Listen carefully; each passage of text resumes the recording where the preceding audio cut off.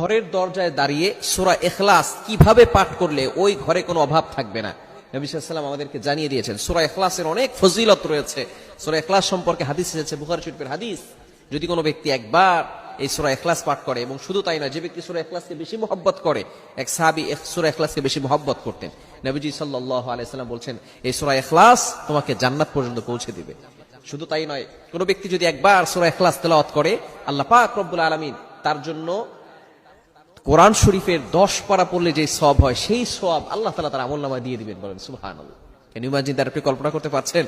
যদি 2 বার তেলাওয়াত করা হয় তাহলে 20 পারা কোরআন শরীফ তেলাওয়াত করার সওয়াব। যদি 3 বার পড়া হয় তাহলে 30 পারা কোরআন শরীফ পড়লে যে সওয়াব হয়, সেই সওয়াব আল্লাহ তাআলা তার আমলনামায় দিয়ে দিবেন। এজন্য অবশ্যই সূরা ইখলাসের আমল আমরা করব। কিভাবে করব? ঘরের দরজায় দাঁড়িয়ে যদি সূরা ইখলাস পাঠ করতে পারি, কতবার পাঠ করলে আল্লাহ পাক রব্বুল আলামিন বরকত দিবেন, ওই সংসারে কোনো অভাব থাকবে না।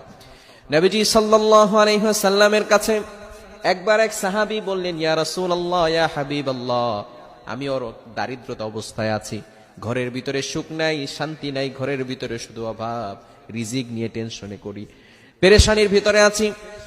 নবীজি সাল্লাল্লাহু আলাইহি ওয়াসাল্লাম তার জন্য এমন একটা আমল শিক্ষা দিয়ে দিলেন, যে আমল করলে অবশ্যই আল্লাহ পাক রব্বুল আলামিন তোমার জন্য দারিদ্রতা দূর করে দিবেন এবং তোমার ঘরের ভিতরে আল্লাহ তাআলা সুখ শান্তির ব্যবস্থা করে দিবেন।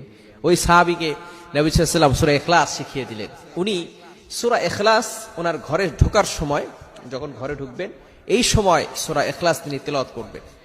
নবী সাল্লাল্লাহু আলাইহি ওয়াসাল্লাম বলেন, 3 বার যখন তুমি ঘরে ঢুকবে, 3 বার সূরা ইখলাস পড়বে এবং ঢোকার সময় অবশ্যই তুমি সালাম দিবে। যখন এই আমলটা